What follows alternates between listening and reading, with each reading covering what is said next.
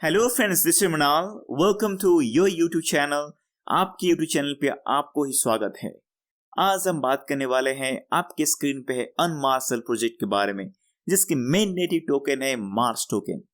इसी वीडियो को बनाने के लिए मुझे बहुत दिनों से कमेंट सेक्शन पे कमेंट्स आ रहा था, तो आपका रिक्वेस्ट को कभी भी मैं इग्नोर नहीं कर सकता हूँ, क्योंकि फाइनली ये आप ही का यूट्यूब चैनल है। तो चलिए बात करते हैं अनमास्टर टोकन्स के बारे में। लेकिन वीडियो शुरू करने से पहले मेरा ये डिस्क्लेमर है, this video is only for the educational and information purpose. If you want to invest in any token और any coin, then please do your own research.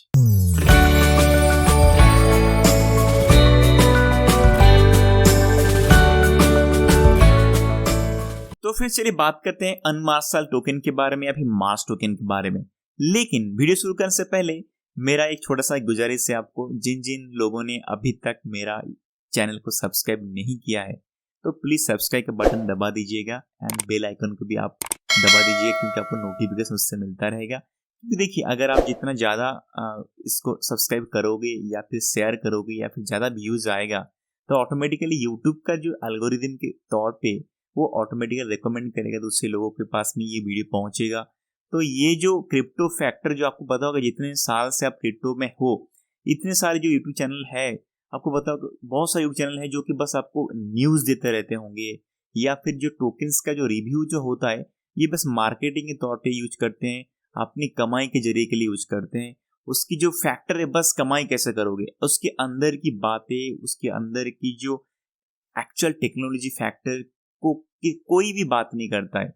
तो इसीलिए मेरा जो चैनल है, ये ऐसा चैनल है जिसकी वजह से कि ये चैनल मेरा नहीं है, आप समझ सकते हो, ये एक डिसेंट्रलाइज चैनल है। आप मान के चल सकते हो, जो आप बोलोगे वही चलेगा इसमें, नहीं तो नहीं चलेगा।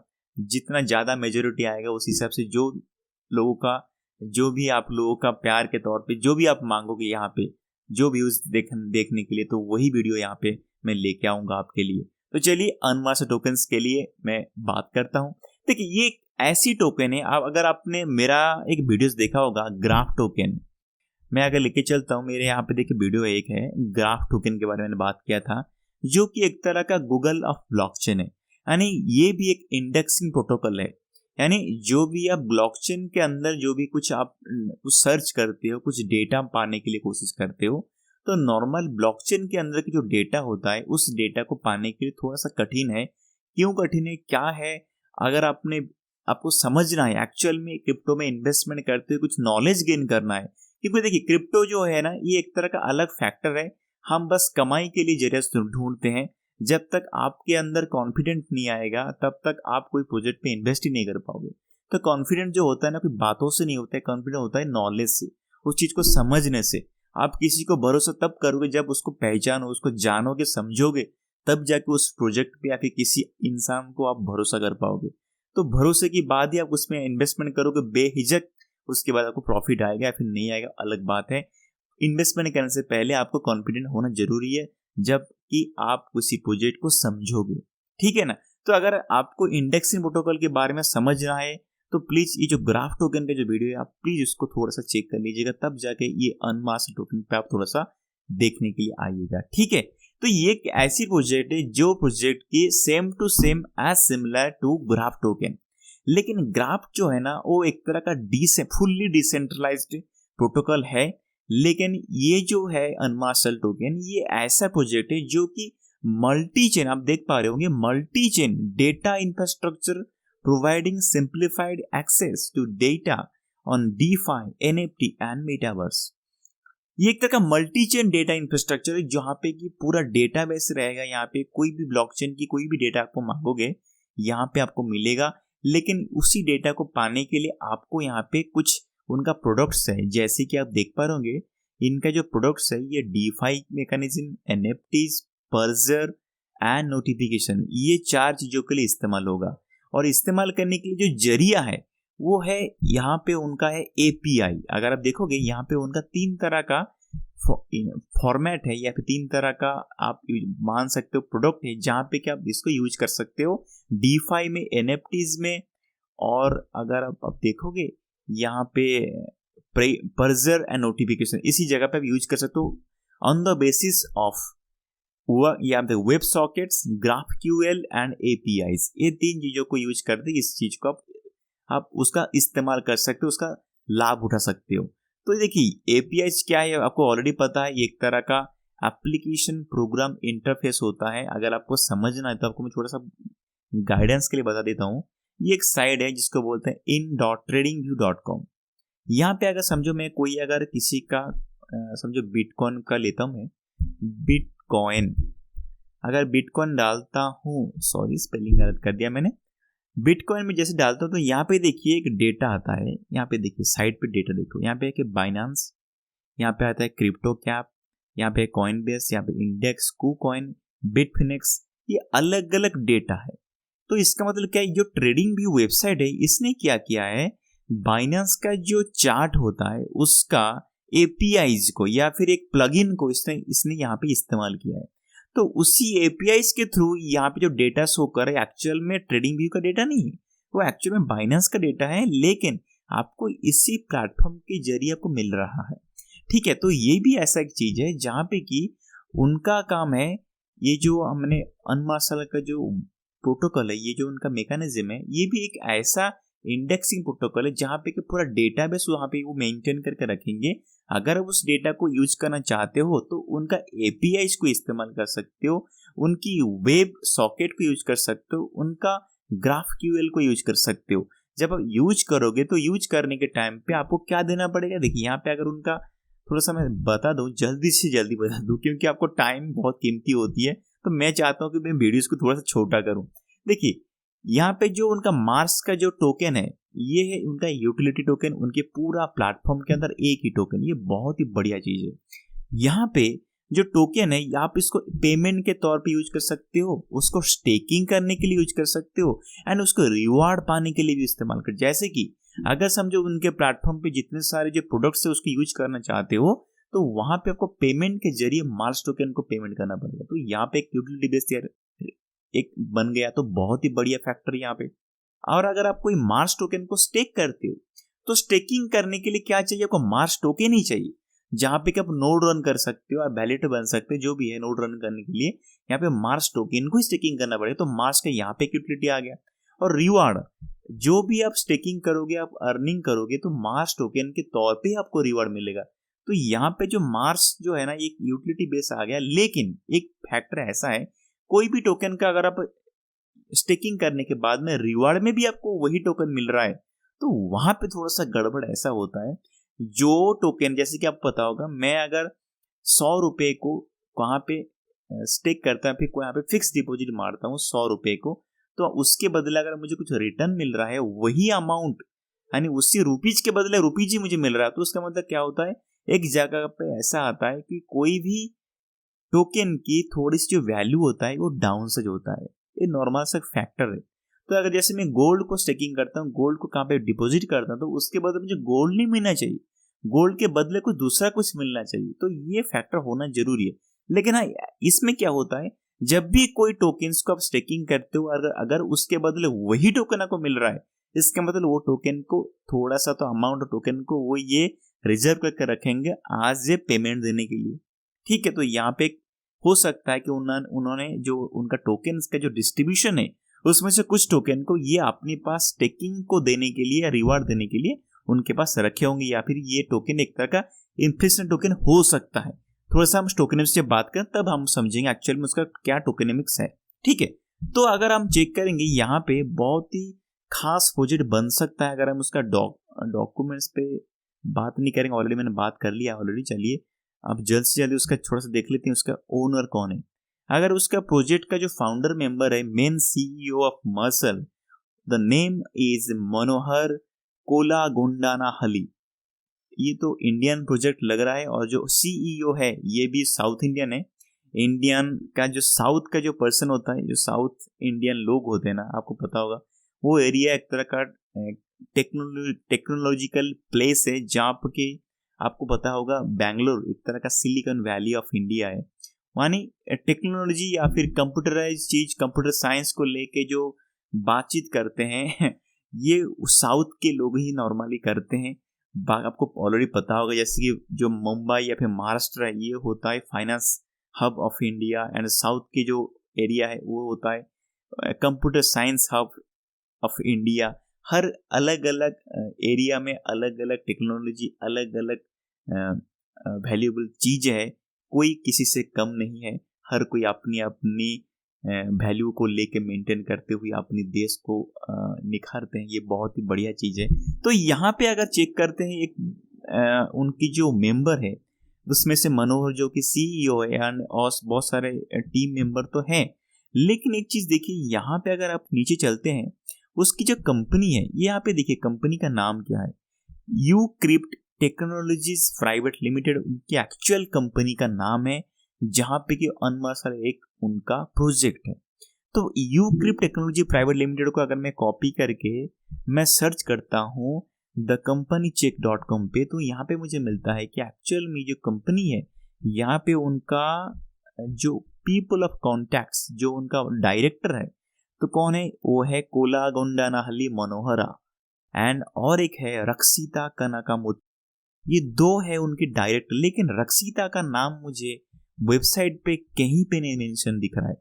यहाँ पे उनका जो मेन वेबसाइट है यहाँ पे उनका कहीं पे भी रक्षिता का नाम नहीं दिख रहा है, लेकिन हाँ ये मनोहर का नाम दिख रहा है जरूर। लेकिन यहाँ पे अगर मैं वेबसाइट पे जाके उनका एक्चुअल में कंपनी चेक.com पे जाके चेक करूँ तो यहाँ पे दो लोग हैं। पता नहीं रक्षिता का नाम क्यों नहीं है, अभी उन्होंने डायरेक्टर की जो पोजीशन से हट गए कि क्या है, कुछ आइडिया नहीं है। क्योंकि कंपनी अगर देखोगे ना, ये 1 साल 11 महीना पुराना है, ज़्यादा से ज़्यादा इतना पुराना कंपनी भी नहीं, 2 साल होने को अभी है कंपनी को। ठीक है, अगर हम यहाँ पे चेक करेंगे, यहाँ पे देखिए DIN स्टेटस चेक करेंगे ना, यहाँ पे अप्रूव्ड हुआ है। DIN स्टेटस क्या होता है, जैसे कि कोई भी कंपनी रजिस्टर होता है ना, तो ये MCA के साइट पे रजिस्टर होता है, मिनिस्ट्री ऑफ कॉर्पोरेट अफेयर्स। ठीक है ना, तो यहाँ पे जो DIN होता है ये होता है director identification number.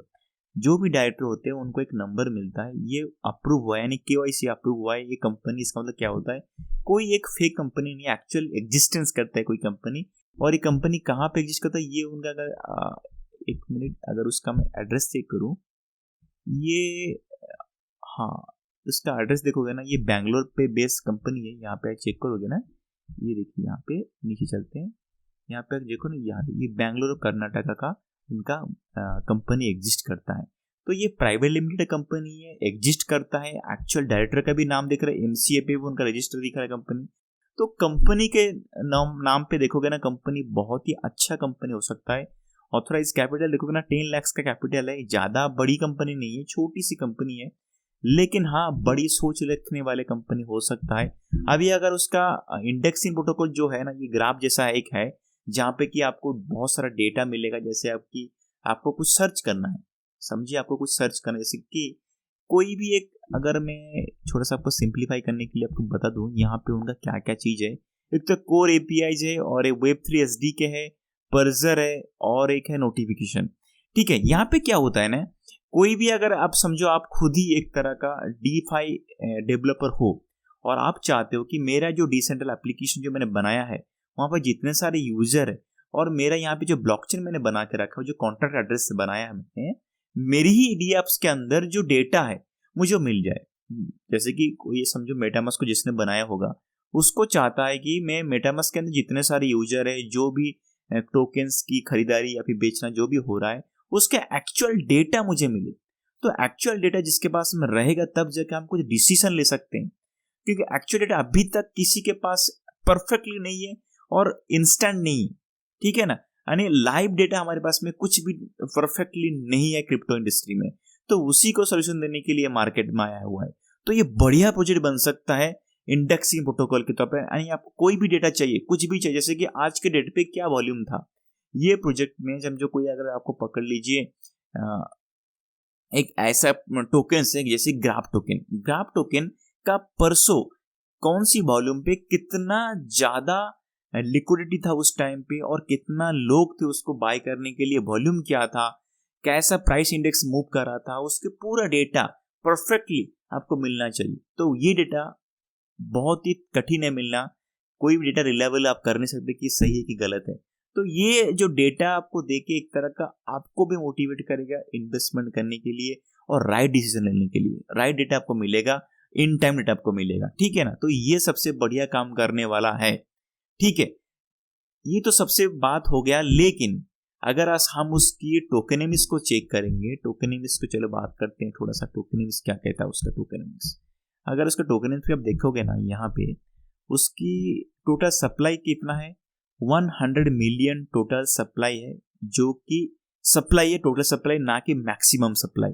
Maximum supply है या फिर टोटल सप्लाई ये छोड़ दीजिए, लेकिन अभी आप उसको टोटल सप्लाई कर मान करके चलिए, क्योंकि अगर मैं कॉइन मार्केट कैप के डेटा पे चलता हूं ना, यहाँ पे मैक्सिमम सप्लाई करके कुछ भी डेटा मेंशन नहीं है, मैक्सिमम सप्लाई कुछ भी नहीं है, लेकिन टोटल सप्लाई करके देखोगे टोटल सप्लाई कितना है, 100 मिलियन है, जो कि यहाँ पे भी वही मेंशन हुआ है। लेकिन ये सप्लाई है, इसमें से देखोगे ना, प्राइवेट सेल के लिए 12%, सीड राउंड में 5%, पब्लिक के पास में ओनली 1.2%। स्टेकिंग रिवार्ड मैंने आपको बता दिया, जो टोकन को आप स्टेकिंग करोगे, अगर वही टोकन आपको रिवार्ड में मिलेगा, तो कुछ अमाउंट ऑफ टोकन को वो स्टेकिंग करने की रिवार्ड देने के लिए ऑलरेडी रिजर्व करके रखा होंगे। तो जितना भी अमाउंट ऑफ टोकन है उसी सप्लाई में से 20% उन्होंने स्टेकिंग रिवार्ड देने के लिए उसको रिजर्व रखा है। इकोसिस्टम को चलाने के लिए 20% उन्होंने रिजर्व रखा है, मार्केटिंग करने के लिए 7% रिजर्व रखा है, रिजर्व वाले 10% है, टीम के पास 20%, यानी ऑलरेडी आप देखोगे ना 20, 30, 40, 50, 60, 70, 80%, 70 से 80% टोकन जो है ना उन्हीं के पास, उनके पास पड़ा हुआ है। अगर देखिए कोई भी टोकन, कोई भी कंपनी जब बनता है तो वो चाहते हैं अपनी कंपनी को कैसे बढ़ाए और अपनी पॉकेट को कैसे गर्म करे। तो जब कोई टोकन ऐसा बनता है, वो भी क्रिप्टो मार्केट में, तो थोड़ा सा आप कॉशियस हो जाइएगा। इन्वेस्टमेंट करने से पहले आप एक याद रखिएगा, कंपनी जब बनता है, कंपनी को चाहिए प्रॉफिट, तो उसी प्रॉफिट के साथ में आपको चाहिए भी प्रॉफिट। तो आप एक टारगेट बना लीजिएगा, जो टारगेट कंपनी ने सोच के रखा होगा, उसी टारगेट से पहले आपका टारगेट रहना चाहिए। जैसे कंपनी सोचा है कि मैं जब $200 पहुंचेगा मार्केट कैप, तो मैं पैसा निकलना शुरू करूंगा, तो आप अपना टारगेट रखिएगा 1.5, $150 का टारगेट रखिएगा, 200 से नीचे, क्योंकि उसी टाइम पे आप अपना पैसा निकालना शुरू कर लीजिएगा। तो थोड़ा सा 10 कदम पीछे रख के आप अपना प्रॉफिट लेना शुरू करेंगे यही प्रोजेक्ट में। तो आपको बताता हूं कि आपका प्रॉफिट कहां तक आप टारगेट ले सकते हो यही प्रोजेक्ट में। ये प्रोजेक्ट सही में दमदार प्रोजेक्ट है, आपको प्रॉफिट दे सकता है, लेकिन थोड़ा सा स्ट्रैटेजी मेंटेन करना पड़ेगा, नहीं तो लॉस जाओगे आप। ये आप लिख के लीजिएगा, ठीक है। यहां पे अगर चलते हैं, हम इस पे बात करते हैं, ग्राफ टोकन को ले लीजिए, क्योंकि ग्राफ टोकन का ये सिमिलर टोकन है। तो देखिए आज के डेट पे अगर हम बात करेंगे, ग्राफ टोकन की जो सप्लाई है वो अनमार्शल टोकन से बहुत ज्यादा है। अनमार्शल टोकन का टोटल सप्लाई कितना है, 100 मिलियन, और इसका टोकन कितना है, यह है 10 बिलियन का। 10 बिलियन का ये उसका सप्लाई है, और आज के डेट पे उसका प्राइस कितना है, 0.07। लेकिन अनमार्शल टोकन का सप्लाई कितना है, उससे बहुत ज्यादा कम, लेकिन प्राइस सिमिलर है, ठीक है ना। एक बात पॉइंट रखिए, प्राइस सिमिलर है लेकिन सप्लाई जो है बहुत ही डिफरेंस है दोनों में। तो यहां पे एक बात याद करके रखिएगा, आज की डेट पे इतना डाउन मार्केट होने के बाद भी ग्राफ टोकन की जो मार्केट कैप है वो है करीब करीब $400 मिलियन का मार्केट कैप है, इतना ज्यादा डाउन होने के बाद। ओके, अगर समझो मार्केट के बुल रन आ जाता है, तो मान के चलिए अनमार्शल टोकन $400 मिलियन कभी भी ना हो। आज के रेट पे अगर देखोगे ना, अनमार्शल टोकन की जो मार्केट कैप है ये $1 मिलियन से भी कम है। तो फिर भी आप मान के चले आज के रेट पे जो इसका जो मार्केट कैप है ये $1 मिलियन है। अगर वो समझो 400 मिलियन भी ना आ जाए, अगर वो $30 भी जाता है, $30 मिलियन भी अगर मार्केट कैप कर लेता है, तो आपकी जो प्राइस है ना ये 30 गुना तक जा सकता है। तो आप भी आप मार्केट पे एंट्री करने से कर भी ले सकते हो, आप, कोई दिक्कत नहीं है। मार्केट फिर भी डाउन है, थोड़ा सा अप डाउन होता रहेगा, फ्लक्चुएशन होता रहेगा। ये फ्लक्चुएशन के टाइम पे भी आपको थोड़ा सा मौका देख के आपको एंट्री करना जरूरी है। अच्छी टोकन है, थोड़ा सा ले सकते हो, और टारगेट लिख के रखिएगा 20 टाइम्स, ठीक है ना, लिख के रखिएगा 20 टाइम्स का प्रॉफिट जैसे होगा उसी वक्त आप अपना प्रॉफिट लेकर निकल जाइएगा। उसके बाद अनमार्शल टोकन्स को घूम के मत देखिएगा, ठीक है ना। 20 टाइम्स का प्रॉफिट ये आपको दे सकता है। अगला बुल रन से टाइम पे हो सकता है कि इस पे ज्यादा वॉल्यूम आ जाए, मार्केटिंग कुछ अच्छा हो जाए, क्योंकि अभी तक उसका लिस्टिंग बहुत बाकी है। अगर आप उसका लिस्टिंग देखोगे ना, लिस्टिंग बड़े बड़े एक्सचेंज पे बहुत बाकी है। थोड़ा सा मार्केटिंग करेंगे क्योंकि ऑलरेडी उनके पास में टोकन रिजर्व रखा हुआ है, तो कुछ मार्केटिंग करते हुए उनका अच्छे अच्छी एक्सचेंज पे लिस्ट हो जाता है तो 20 टाइम्स का प्रॉफिट जरूर दे सकता है। प्रोजेक्ट बहुत ही अच्छा है, बहुत बढ़िया प्रोजेक्ट है, लेकिन थोड़ा सा स्ट्रैटेजी मेंटेन करना जरूरी है आपके लिए। ठीक है, ये प्रोजेक्ट को अगर आपको खरीदना चाहते हो तो उसका KuCoin पे आपको मिल जाएगा, Gate.io पे मिल जाएगा, MEXC ग्लोबल पे भी मिल जाएगा, ला टोकन पे भी आपको मिल जाएगा। लेकिन सबसे ज्यादा जितना हाई कॉन्फिडेंस है, जितना ज्यादा वॉल्यूम है, वहां पे ही आप खरीदना। तो अगर आप देखोगे ना, सबसे ज्यादा वॉल्यूम है ना, वो है, एक दिख रहा है मुझे SNDX बिटमैक्स पे दिख रहा है, और एक वॉल्यूम दिख रहा है मुझे KuCoin पे। तो आप अपने हिसाब से जो आपने रखा होगा वॉलेट, सॉरी एप्लीकेशन, उसी के जहाँ पे आप खरीद सकते हो टोकन को, आप अगर इंटरेस्ट देते हो इस प्रोजेक्ट पे। ठीक है ना। प्रोजेक्ट बहुत ज्यादा पुराना नहीं है, 1 साल 11 महीना हुआ है इस प्रोजेक्ट को। तो अगर आप चाहते हो तो इस पे इन्वेस्टमेंट कर सकते हो, अच्छी प्रोजेक्ट है, थोड़ा सा आप इस पे इन्वेस्ट कर सकते हो। ठीक है, अगर आपको अच्छा लगता है तो प्लीज लाइक जरूर करिएगा। All the best and take care.